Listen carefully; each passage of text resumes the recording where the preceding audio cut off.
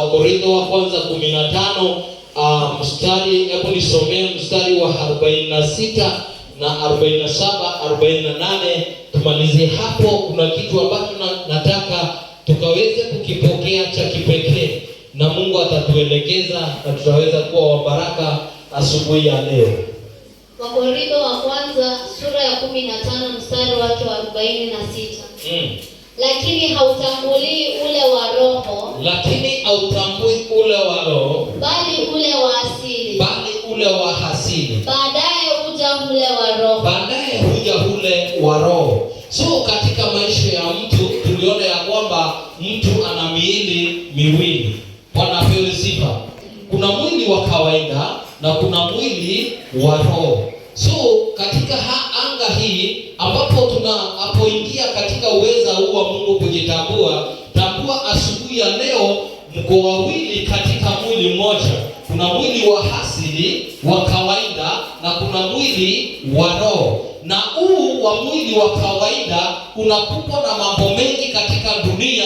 Hapa ndipo unakuta huu mwili wa kawaida unagonjeka, mwili wa kawaida unateseka, mwili wa kawaida ndio ukimbia kufanya kazi ngumu. Lakini kuna mwingine wa ndani ambaye anaitwa roho, na huyu wa ndani ambaye ni roho anatusaidia kutambua kuweka huu wa kawaida nguvu. Wakati ambapo unakosa wa rohoni, ndiye anayezungumza kukwambia kwamba usichanganyikiwe mwanangu, kesho utapokea. Usichoke mwanangu, kesho utakuwa nacho.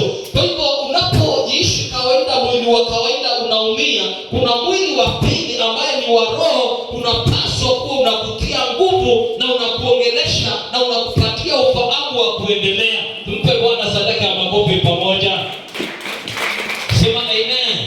Hebu tuendelee. Mstari unaofuata ukasema nini? Mtu wa kwanza atoka katika nchi. Sikiza, mtu wa kwanza atoka katika nchi, ni wa udongo. Mtu wa pili atoka mbinguni. Mtu wa pili ametoka mbinguni. Sema amen. Kwa hivyo mtu wa kawaida ameumbwa na huu mchanga na ametoka kwa huu mchanga. Na ndio maana unaona wakati ambapo mtu amekufa, ni huu udongo unarudi kwa udongo. Bwana apewe sifa. Na mtu wa pili aliyetoka mbinguni, yeye anarejea mbinguni. Kwa hivyo yeye ni roho ambaye tunaishi naye ndani yetu, na huyu roho ndiye anayetufundisha. Huyu roho ndiye tunamwambia watu wapokee na wanapokea, kwa sababu wa rohoni ndiye uamini zaidi kuliko huu wa juu. Bwana apewe sifa. Sema amen. Kwa hivyo huyu wa ndani ana uwezo wa kukubali uponyaji kwa haraka, na uponyaji unapatikana. Huyu wa ndani anaweza kubali kuondoa matendo maovu kwa haraka na yanaondoka. Huyu wa ndani anaweza kubali kukuambia kwamba kuna msamaha, kubali kusameheana na ukasameheana. Lakini wa juu ni mkatili, anasikianga ya kwamba kukunja mangumi na kupigana. Haleluya. Sema amen. Ukiona mtu amechukua panga na rungu, ameondokewa na mtu wa ndani. Wa ndani hafanyi kazi, wa ndani amelala, wa ndani amekuondokea. Hapo ndipo unakuta wa kawaida unang'ang'ana hapo kuokota makuni, kuokota mapanga, kuokota miko kwa nyumba. Hii mambo yanakuwa magumu na mazito. Ni kwa nini? Wa ndani amenyamaza, hafanyi kazi. Wakati ule wa ndani anafanya kazi, anakuambia kumbuka umeokoka. Ukiwa umebeba kitu unaachilia, unasema ni vile nimeokoka, ungeniona, ungenitambua, ungeniona wewe mimi ni nani? Ni nani huyo? Ni wa ndani. Huyu wa roho ameanza kufanya kazi. Sema amen. Bwana apewe sifa. Sumpe Bwana sadaka ya makofi jameni. Kwa hivyo huyu wa ndani anapofanya kazi, huyu wa ndani ametoka kwa Mungu. Huyu wa kawaida ametoka duniani, ametoka hapa tu kwa mchanga, ameumbwa na mchanga, na ndio maana ana ujasiri, maana amekanyaga mchanga. Wa ndani akanyangi, wa ndani usukuma kuongea. Haleluya. Amen. Sema amen. Amen. Haleluya. Wa ndani anaposikia uchungu, anasemanga mwambie bado nimekusamehe. Huyu ndio wa ndani anaambianga, unaambiangwa akikupiga pande hii mgeuzie ingine, wa ndani anakwambia kugeuza. Unageuza, unasinapia ingine. Haleluya. Bwana apewe sifa. Ni wa ndani anazungumza, lakini ikiwa ni wa nje, hebu mkanyange tu kidogo. Wa nje utamsikia, anatoa maneno kutoa. Haleluya. amen. Amen. Haleluya. Amen. Maandiko akasema nini? Hebu nisomee unaofuata. Kama alivyo yeye wa udongo, Kama alivyo yeye wa udongo, ndivyo walivyo walio wa udongo. ndivyo walivyo walio wa udongo. Na kama alivyo yeye wa mbinguni, Kama alivyo yeye wa mbinguni, ndivyo walivyo walio wa mbinguni. ndivyo walivyo wa mbinguni. Sema amen. Amen. Kwa hivyo wa mbinguni ananga matukanano, haongeangi vibaya, haangaliani vibaya kwa sababu ni wa mbinguni. Wa hapa duniani utamkuta, haleluya. Bwana asifiwe sana. Huyu ndio unamkuta Bwana amekuangalia hata unashindwa kama ni mtu umekutana na yeye, anapo anakuchora mdomo. Kuna watu wanajua kuupiga sijui na bilango aje, haleluya. Lakini wapo wanaojua mpaka unajiuliza, kwani nimekaaje? Kwa nini ameongea hivyo? Kwa nini ametoa sauti kama hiyo kukutana na mimi? Kwa nini? Ni kwa sababu waite ndio ufanya hayo yote. Waite ndio usungumza. Waite akona nguvu za kipekee, anakupatia ujasiri. Lakini wadani anapoanza kazi, anakomesha yule wadani, anakomesha huyu wa juu. Sema amen. Ambia aliye karibu na wapokea wadani akuwe ndani yako. Sema amen.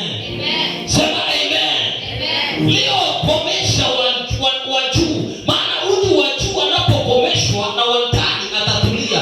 Wadani atakubali kukomesha huyu wa juu, na huyu wa juu atakubali kutembea na Bwana. Sasa hapo ndio utaona ya kwamba amekamilika kutembea na Bwana, amemwamini Mungu, amesimama na Mungu kwa sababu wadani ameongea.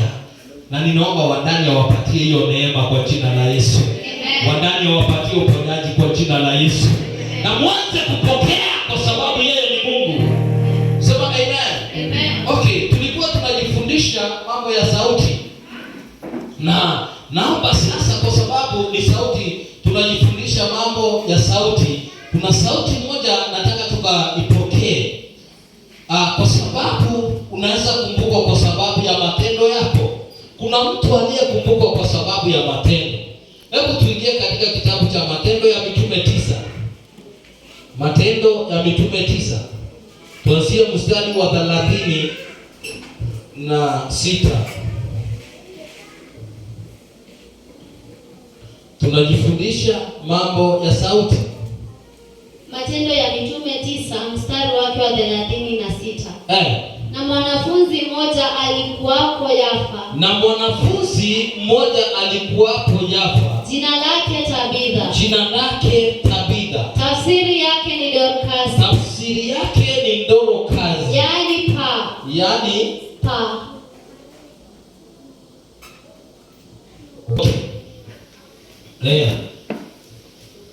Hiyo itakuja, itaendelea. Bwana apewe sifa. Amen. Mpatie mzee makofi, kuna advice amenipatia. Umejua? Na ukweli ina maana. Sema amen. Ina maana. Okay. Tuingie katika kitabu cha Matendo ya Mitume. Sasa ananipatia ufahamu, ananiambia mara nyingine tunapotaya Biblia, kuna wengine hawajui Biblia. Kuna ya Kiswahili Matendo ya Mitume. Sasa tunapaswa kutaya zote za Kimeru mpaka Kizungu. Ama ni aje? Sijui umesema. Ama mwenye anajua ya Kizungu anaenda kwa Kizungu. Mwenye anajua ya Kiswahili anaenda kwa Kiswahili.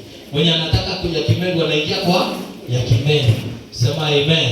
Haya, hiyo yote itakuwepo. Sema amen. Kanimani wangu si uko hapo? Tukitaya tunaingia kwa zote. Haleluya. Sema amen. Okay, wakati ambapo nataka kufundisha mambo ya sauti, nataka sauti hii ambayo nataka kufundisha, tulikuwa sasa tukifundisha mambo ya sauti. Sauti zina mafanikio yake. Na wakati ambapo pana mafanikio ya sauti, tunaweza tukaishi katika shida kwa sababu ya kumilikiwa na sauti. Huenda kuna mtu alizungumza na kwa sauti akasema wewe hautaibarikiwa, na ile sauti yake ikapata mafanikio. Kwa hivyo umetafuta baraka zikakosa. Kuna mtu huenda alisema kwenu nyinyi familia yenu mtaishi kuwa umelaaniwa. Ukweli mkifuata katika familia unakuta kuna laana zinafuata. Tunapoendelea kufuata sauti, kunaona kuna mambo kadhaa hata walinena, na waliponena yanakuja yanafanyika, kwa sababu wao walinena na wakafa na wakaondoka. Tunapoongea mambo ya sauti, kuna mtu naomba akafanikiwa kwa hii sauti kwa jina la Yesu. Amen. Sema amen. Amen. Na ningependa tutambue huyu mtu ambaye anaitwa Dorcas. Biblia inasema yeye alikuwa mtu wa Mungu na alikuwa mfanyakazi nyumba ya Mungu, lakini kuna kitu kilimtetea kupitia sauti yake. Yeye alijitolea, na wakati ambapo anajitolea kufanya kazi yake, na kazi ambazo alizokuwa akifanya zilikuwa na ushuhuda, na watu walikuwa na ushuhuda wake, walikuwa wanatambua kupitia kile anachofanya katika madhabahu. Niliongea sana nikawaambia, lazima sadaka yako unayotoa ikutetee kwa jina la Yesu. Sema amen. Pesa ambazo unatoanga, mimi sitaki utoe pesa alafu kisha unapotoa ukose mafanikio. Hapana, ninaomba utoe na upokee mafanikio kupitia kutoa kwako. Haleluya. Si eti unatoa alafu unakaukia pale. Hapana, ina maana utoe na ikubadilishe, utoe na ifanye mambo katika maisha. Kwa hivyo kutoa kwetu kuna mafanikio, si kulala tu kutoa tunarudi pale pale. Hapana, lazima tutoe na tuone mafanikio katika kutoa. Come on. Amen. Si moja asema amen. Si mtu moja mpe Bwana sadaka makofi. Hebu na tuendelee. Maandiko akasema nini? Hebu rudia pale pale. Kuna kitu nataka tukamate vizuri. Na mwanafunzi mmoja alikuwa hapo Yafa. Alikuwa mwanafunzi mmoja alikuwa Yafa. Jina lake Tabitha. Jina lake alikuwa anaitwa Tabitha. Tafsiri yake ni Dorcas. Tafsiri yake alikuwa anaitwa Dorcas. Yaani paa. Yaani paa. Mwanamke huyu alikuwa amejaa matendo mema. Alikuwa amejaa matendo mema. Na sadaka alizozitoa. Na sadaka alizozitoa. Bwana apewe sifa. Amen. Sikia, alikuwa amejaa matendo mema na sadaka alizozitoa. Kwa hivyo yeye alikuwa mtoaji zaidi. Kweli ama si kweli? Alikuwa nani? Mtoaji. Na kwa hivyo katika kutoa kwake kuna mambo, hii kutoa kulikuja kumuokolea. Lazima tujue ya kwamba kutoa kwetu kuna sauti ambaye tunamiliki katika kutoa. Alipokuwa akitoa alikuwa ananenea sadaka yake. Nenea sadaka yako unapoitoa. Amen. Haleluya. Amen. Bwana apewe sifa.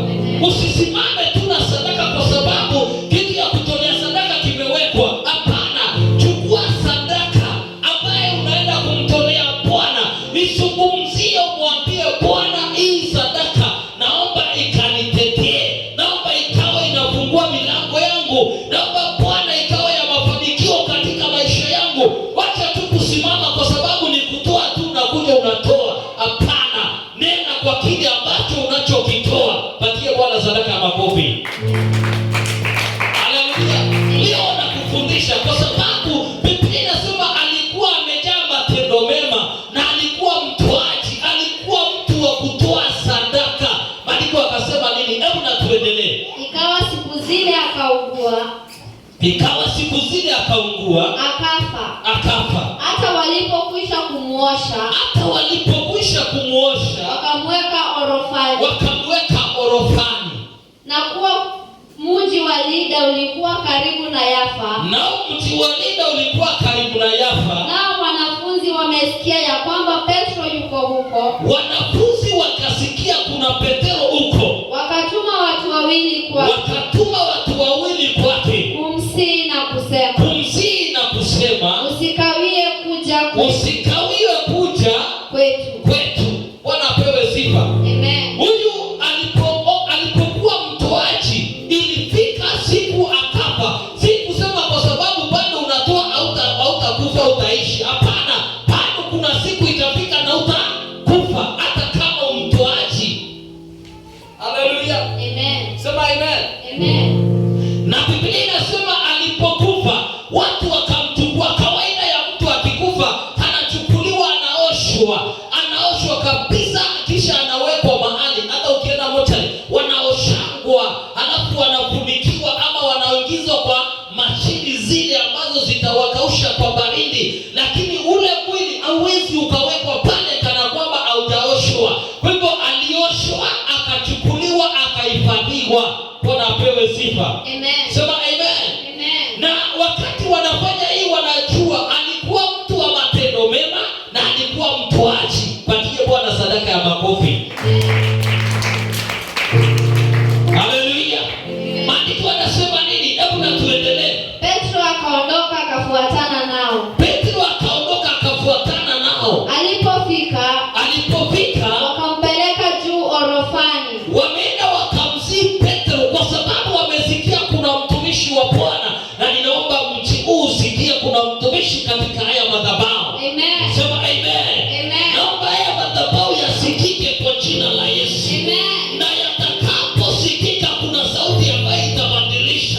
Amen. Maandiko yanasema wakafuata, wakamwambia njoo. Bwana apewe sifa. Amen. Wakamuita wakamwambia njoo. Na walipomuita, maandiko yanasema walipomuita wakamkaribisha. Walimuita kwa sababu analia, kwa sababu anaomboleza. Watu wanaomboleza.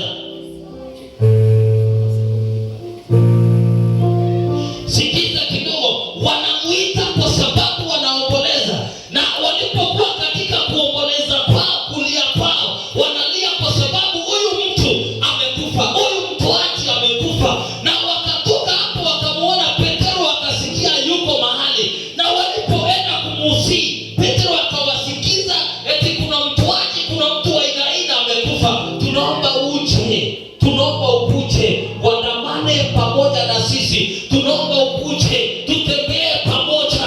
Haleluya. Amen. Sema amen.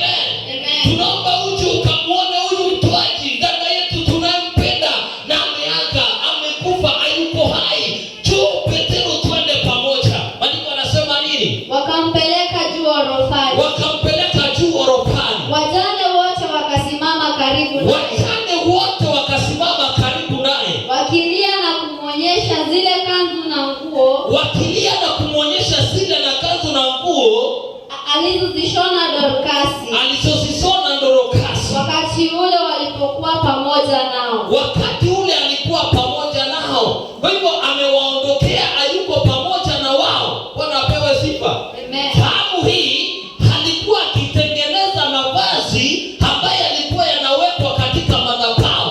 Kwa hivyo katika utoaji wake, ile mavazi yake yana sauti katika madhabahu, yanazungumza. Na hata yale ile kazi alikuwa anaifanya inagusa watu, wanauguzo, inawazungumzia. Si ufanye kazi ya Mungu ikuzungumzie. Amen. Haleluya. Ambia aliye karibu nawe, fanya kazi iliyo na sauti. Simwambie fanya kazi iliyo na sauti. Haleluya. So sauti yake ikasikika. Yale mavazi ambayo alikuwa akiyachona, ile kazi alikuwa akifanya, ikaanza kuzungumza, ikaanza sauti. Nataka uelewane na mimi, wakati ambapo walianza kuelewana na yeye na wao, alipowaona wachane wanalia, wachane wanahangaika, wanaona kazi yenye alikuwa anafanya haina mtu mwingine, haina mtu ambaye atakayeshikilia, wakaanza kulia, wakaanza kumugunika. Wanapewa sifa. Amen. Na leo kana kwamba unafanya kazi, Mungu akusaidie uifanye zaidi. Amen. Sema amen. Leo kazi unayofanya, Mungu akutie nguvu uifanye zaidi. Amen. Naomba hiyo neema ikuangukie kwa jina la Yesu. Amen. Naomba hiyo neema ikubebe kwa jina la Yesu. Amen. Kama wewe ni mtoaji na kutoa kwako, Bwana akukumbuke. Kama kuna kazi unafanya nyumba ya Bwana, na Mungu akukumbuke. Amen. Sema amen. Amen. Kufanya kwako Mungu anaweza fanya ukumbukwe. Kwa hivyo Mungu akamkumbuka, akaenda na Petro. Petro alipokuwa ndani yao, akaanza kuwasikiza, wakalia, lakini yuko pale anawaangalia tu wakilia, anawatazama mtazamo wake wakilia. Akafanya nini? Hebu na tuendelee. Petro akawatoa nje wote. Petro akaona hawa si watu wa kuomba na wao, si watu wa kuongea na wao. Sauti yangu haitasikika ikiwa na hawa. Kwa hivyo lazima waniondokee, ndio nitakaponena Baba asikie sauti yangu. Sema amen. Amen. Kuna watu wanaweza zuia sauti yako ifike mbinguni. Leo kataa hao kwa jina la Yesu. Amen. Wanapewa sifa. Kuna mtu unaweza kuwa karibu na yeye, roho yake ni huzuni tu, si maombi. Wamehuzunika, wanalia, wamehuzunika, walimuosha wakamweka pale, hawana matumaini tena.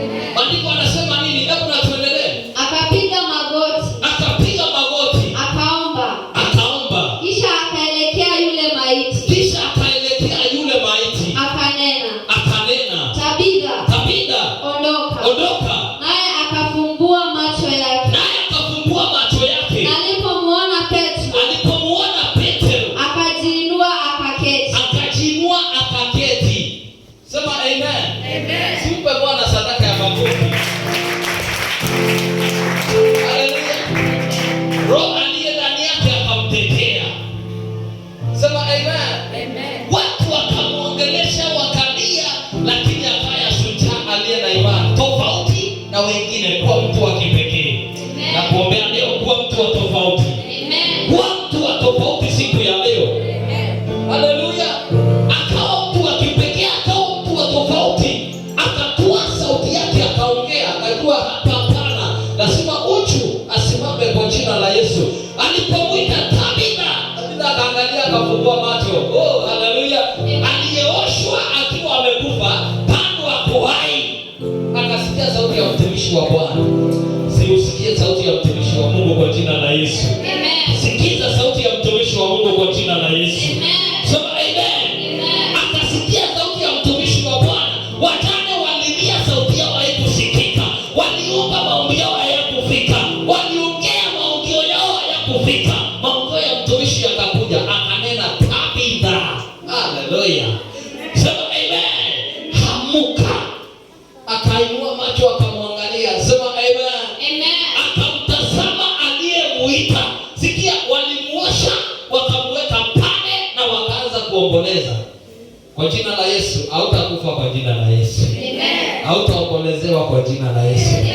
Naomba Bwana akupatie neema na kibali. Amen. Asema amen. Patie Bwana soleta makofi jamani. Wenda kuna watu walinena na sauti zao ziko katika anga, na vunja hiyo sauti kwa jina la Yesu. Amen. Utasimama na dhabihu yako itakutetea. Kile unachokifanya kitakutetea. Amen. Haleluya. Amen. Hauwezi kuwa unaleta kwa mtumishi wa Bwana bado unazidi kuhangaika. Naomba hayo mahangaiko ya kuondokea kwa jina la Yesu. Amen. Na wewe madhabahu nisikize. Wanapokanyaga hii madhabahu, wapokee kile wanakujia kwa hii madhabahu. Amen. Haleluya. Amen. Kile kinafanya mje kwa madhabahu mkipokee. Na kiwe na ushuhuda katika maisha yenu. Amen. Mshuhudie kwa sababu ya madhabahu. Amen. Mshuhudie kwa sababu ya matendo yale ambayo mnafanya. Sema amen. Amen. Jamani, mpatie Bwana sadaka ya makofi. Maandiko akasema nini? Hebu na tuendelee. Akampa mkono. Akamuinua. Hata akisha kuwaita wale watakatifu na wajane. Akamweka mbele yao hali yu hai. Akamweka mbele yao juu hai. Sema amen. Amen. Haleluya. Amen. Hivi Petro atumie.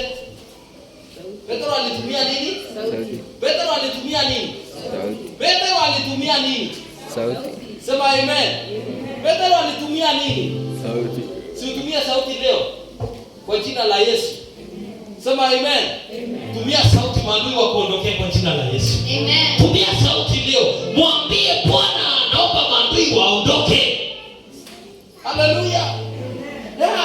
Uko na uwezo wa kuwa na sauti ya kuzungumza, lakini ukikosa sauti utafinyiliwa. Ukiwa na sauti ikubalike na madhabahu ya kukubali, kila kitu kitakuwa sawa. Amen. Naomba sauti zao zikubalike. Amen. Sema amen.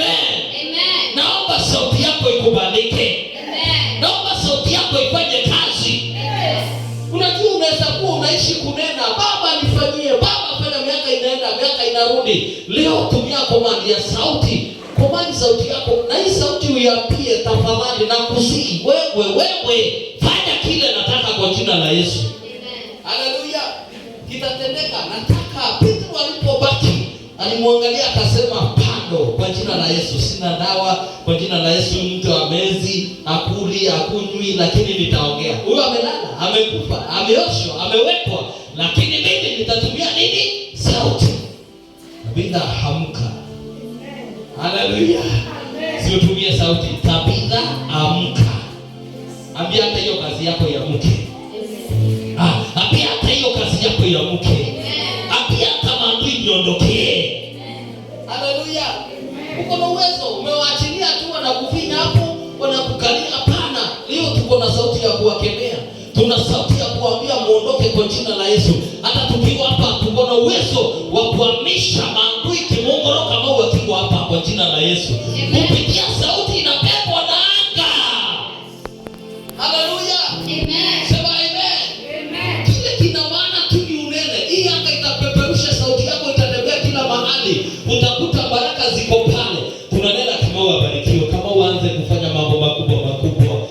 maisha yake. Sasa tukienda huko kwake tunakuta jamani, tuliacha nyumba ya baba hapa rumu kiasi. Sasa hii baba, kona zote ukiingia hapa huko mnakuta watu wako na mahali pa kulala wengi.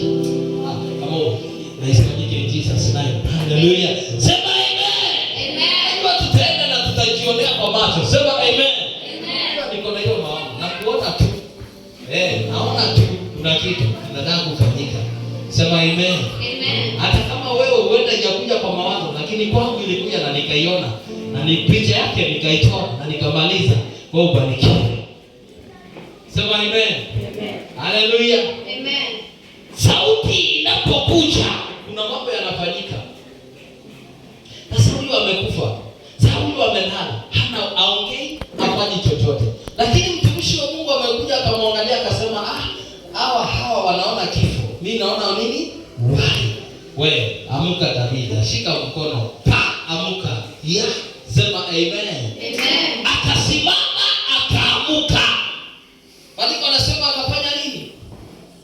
Ikajulikana katika mji mzima wa Yafa. Ikajulikana katika mji mzima wa Yafa. Watu wengi wakamwamini Bwana. Watu wengi wakamwamini Bwana. Simpatie Bwana sadaka ya makofi.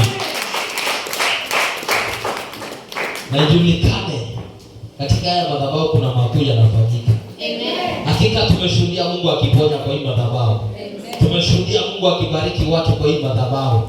Tumeshuhudia Mungu akikomboa watu kwa hii madhabahu. Tumeshuhudia Mungu akivunja madhabahu ya kifamilia katika haya madhabahu.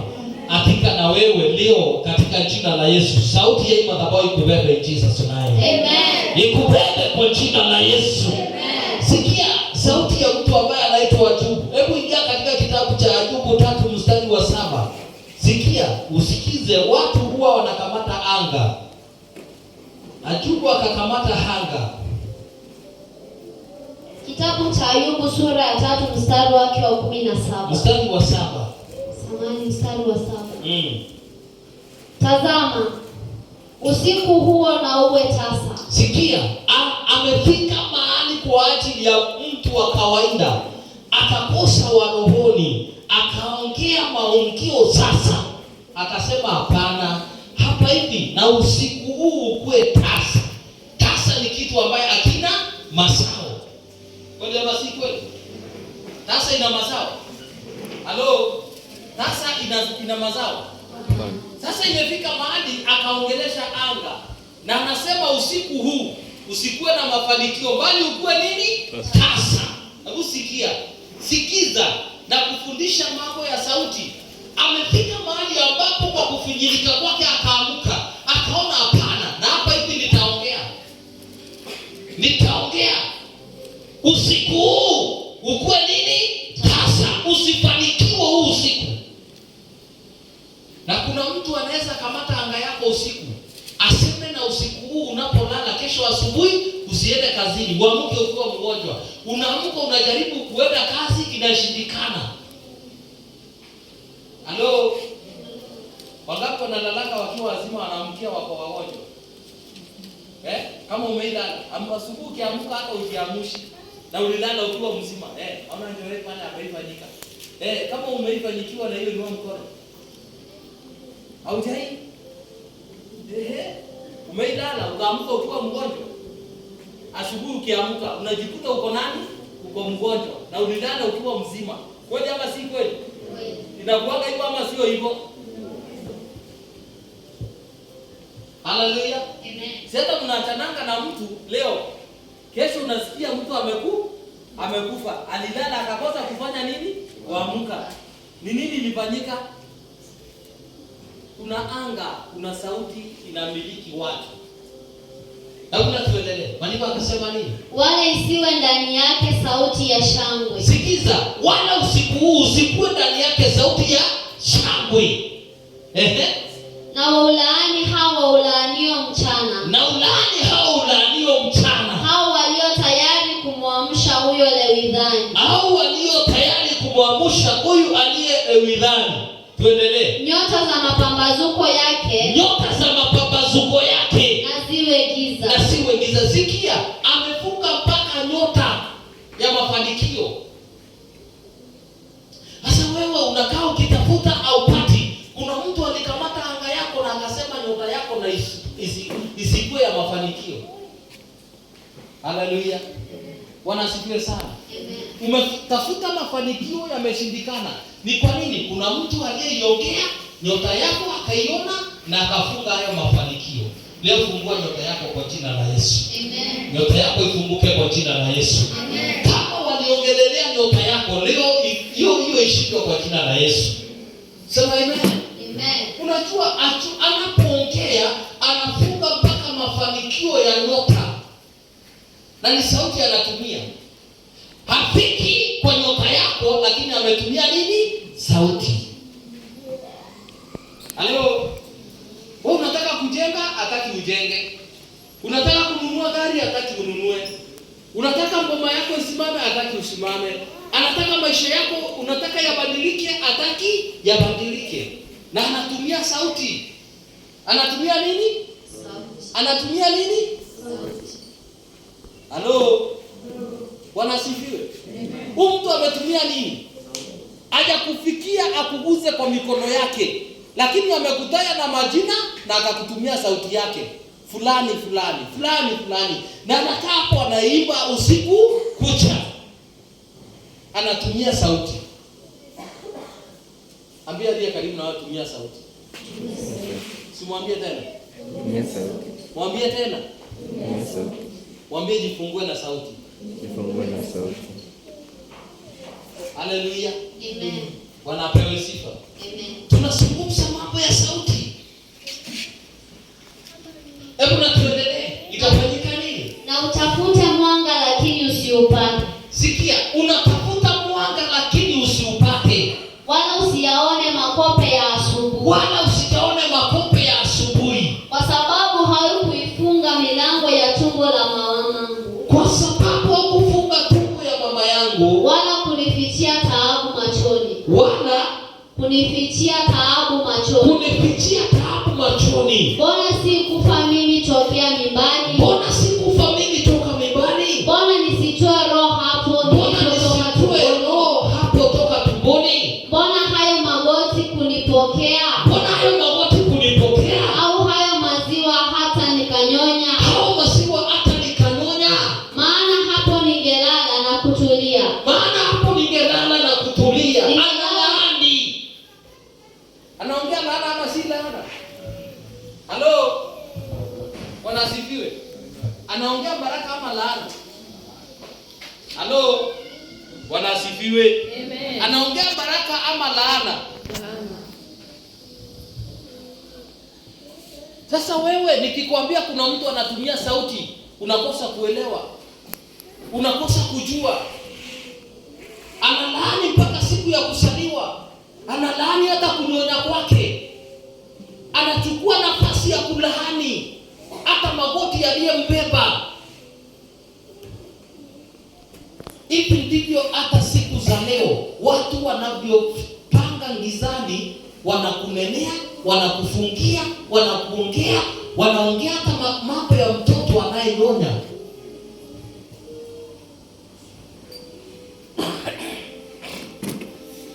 Halo? Bwana asifiwe. Hivi ndivyo wanaongea, hivi ndivyo wanapanga. Kuna watu katika ulimwengu wa giza wanaongea. Kuna matamko katika giza. Wanasema ndio umeinuka, lakini wanajaribu kukushusha. Wanaongea mambo ya nyota yako, wanaitazama, wanaizungumzia. Wako na habari ya maisha yako jinsi unavyoendelea. Hawataki uendelee, hawataki uinuke, hawataki kuona umebarikiwa. Wako hapo tu kuongea. Ukienda hivi ukuje na baraka, wanaanza kuongea umeiba. Ukiendelea kuinuliwa, umeanza ujenzi makubwa kubwa, wanaongea, wanasema umeingia Illuminati. Halo? Bwana asifiwe. Amen. Unapoanza kuwa na mafanikio, maana ya nyota yako imefunguka, wanaanza kuongelea hiyo nyota yako. Mbona wanabarikiwa? Mbona amekuja hapa amepanuka? Mbona anakaa hapa hivi kila siku ni pesa? Sisi hatuna. Tunaomba, kunafunga hiyo, wanakufungia, wanakufanyia. Leo ninaomba mafanikio yao isionekane kwa jina la Yesu. Amen. Sauti yao isisikike kwa jina la Yesu. Amen. Haleluya. Amen. Kuna watu wanapimia wengine gizani. Wako na matamko ya laana na wanaongea laana. Wewe wakati ambapo umekanyanga blanketi vizuri, unangorota, unapinduka vizuri, uko hapo unajiekelea, uko na raha kitandani. Yeye ako hapo anasunguka, anasema akose amani. Shetani ashindwe. Unapolala unaanza kuoteshwa ndoto mbaya, unaletewa manyoka, unaletewa ukikimbizo, unaletewa mandovu, unaanza kuhangaika kwa ndoto, wanaongea. Wana sauti wanatumia ukiwa umelala. Leo ninaomba sauti zao zisifanikiwe kwa jina la Yesu. Haleluya. Kuna watu wanazungumza. Kuna watu wamekukalia kwa sauti zao. Kuna watu wanaongea maongeo mazito kuhusu maisha yako. Leo ninaomba wasifanikiwe kwa kunena kwao kwa jina la Yesu. Amen. Sema amen. Amen. Tupe Bwana sadaka ya makofi jamii. Wakati wanaendelea kupokea sauti ya mafanikio. Haleluya. Hii sauti ikuwe ya mafanikio kwako kwa jina la Yesu. Amen. Sema amen. Amen. Kuna kitu unaelewa kweli ama hujaelewa? Unafunguka ama bado umefungwa? Wanasifiwe. Amen. Haleluya. Watu wa Mungu, tunafunguka ama tunaendelea kufungwa? Mmefunguka, si ndio? Naomba mfunguke akili zenu. Unaweza kaa na mtu hapo na unafanya kazi, anaanza kusema hata wewe ndio ndogo. Hata wewe ndio ndogo kali. Wewe unakeo ureta kichega lakini kero hivi. Ikie ndogo, ndiye ndogo. Shetani ashindwe. Shetani ashindwe. Umeenda vizuri ukachagua kitu mzuri, ukatoka sokoni ukiwa uko sawa, umefurahia kile umeleta, lakini ukiweka hapo anasema unaona mimi amenunua kitu amegongwa, amekaa. Shetani ashindwe. Shindwe. Usikubali hiyo sauti. Ukisikia ameanza kuongea, anza na wewe kukataa. Hiyo shindwe yangu ni smart, nitauza ukiwa hapo na utaona nimeuza na nitakuacha hapo nikiwa nimeuza. Haleluya. Na ukweli unafanikiwa unauza, unamwacha na yake smart hapo. Haleluya. Kataa hiyo sauti yake kwa jina la Yesu. Ni mtoto wako, sijua kuna dada mmoja alinifurahisha hapa hivi. Akaniambia, mchungaji, wote nikwambie, nilikuja hapa watoto wangu wakiwa kabisa kuna kitu wanashikanisha shuleni. Nikamuuliza, kwani miaka fulani ulikuwa unakuja hapa? Akaniambia, wacha nikwambie, walipata wote wako shule za juu. Nikashangaa, nikamuuliza, wewe unajua kile unaongea? Akaniambia, nitakuletea wao. Hata nina shida kwa niambie watu nini? Watoto wangu wako na si hata wako wapate kwa jina la Yesu. Haleluya. Hii aliongea hapa, nikashangaa, nikakumbuka miaka fulani aliniletea watoto, nikaombea, akawatolea dhabihu na kutoka hapo akaenda. Kumbe amerudi tena. Nakwambia kuna vitu wanga zinafanya watu wakumbuke tena. Haleluya. Kwa jina la Yesu, na ukifanikiwa usisahau mahali umetoka. Usisahau mahali umetoka. Naomba Bwana akuachilie mafanikio. Amen. Sema amen. Hata kama hatukusoma, watoto wetu shosho watasoma. Watasoma, watakuwa mbele, watakuwa na hiyo hekima Kenya tulikuwa tupate, hatukupata watapata. Amen. Si hata wapate kwa jina la Yesu. Amen. Haleluya. Sema amen. Hata kama bado hujabarikiwa na watoto, ngojea watakuwa watoto waerefu. Anza kuwanenea. Zungumza. Usianze kujiachilia hivi. Ongea maongeo mazuri kwa watoto, ongea kwa nyumba yako mazuri. Mambo mazuri, tamka. Sasa ingine uanga natamka maneno yangu kwa roho. Nasema Baba, na ikue, na ifanyike. Na ukweli inafanyika. Sema amen. Sema amen. Jifundishe kutamka. Jifundishe sauti yako kuongea. Sema amen. Usifanikiwe kwa hiyo sauti yako. Sio sauti yako ikufungulie milango. Sio sauti yako ifanye uinuke. Naomba kwa jina la Yesu, neema ya Mungu ikubebe. Wema wa Mungu kubebe. Mafanikio ya Mungu yakubebe. Sema amen. Siupe Bwana sadaka ya makofi. Siupatie Bwana sadaka ya makofi. Hebu tuendelee tumalizie. Ningelala usingizi na kupata kupumzika. Pamoja na wafalme na washauri wa dunia. Hao waliojitengea maganjoni. Au pamoja na wakuu wenye dhahabu. Waliozijaa fedha nyumba zao. Au kama kuzikwa mimba iliyoharibika. Isingekuwa kama wachanga wasiouona mwanga kabisa. Anakataa. Hata unajua ukiona tu umeharibikia katika uchangani, hiyo ya kwamba kuna matamko. Shetani ashindwe. Shetani ashindwe. Shetani ashindwe. Naomba muwe na mafanikio in Jesus name. Amen. Kuna watu waliwazungumzia na kana kwamba kuna mambo imeifanyika kinyume na wewe, kinyume na vile ulikuwa unahitaji. Sasa leo badilisha hiyo sauti. Hiyo sauti ikubebe kwa jina la Yesu. Amen. Mafanikio ya kubebe kwa jina la Yesu. Amen. Siupe Bwana sadaka ya makofi. Uko mstari wa ngapi? 17. 17. Huko waovu huacha kusumbua. Huko nako waliochoka wapumzika. Huko wafungwa waona raha pamoja. Hawaisikii sauti yake msimamizi. Sikia, wafungwa waona raha, wasikii sauti ya msimamishi. Tuendelee tumalizie kwa hiyo mstari. Wakuu na wadogo wako huko. Mtumishi yuhuru kwa bwana wake. Mbona yeye aliye mashakani kupewa mwanga? Na hao wenye uchungu rohoni kupewa uhai. Hao wenye usuni kupewa nini? Mpewe Bwana sadaka ya makofi. Patie Bwana sadaka ya makofi. Ambia aliye karibu na usijiongelee laana. Mwambie na usilaani watoto wako. Usilaani watoto. Na kama umeilaani watoto wako, utolee dhabihu watakazo. Haleluya. Bwana asifiwe. Unachukua, acha nikwambie, kama mzazi, watoto umsikize. Kama mzazi ambaye kuita kitu ambaye hujafurahia, mwambie nipatie dhabihu nikaombewe. Sawa? Mwambie akupatie nini? Watoto naongea na nini?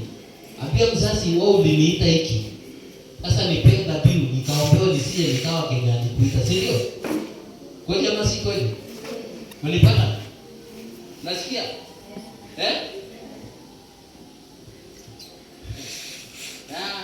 Kulo hata na wana muritu hadi kiate.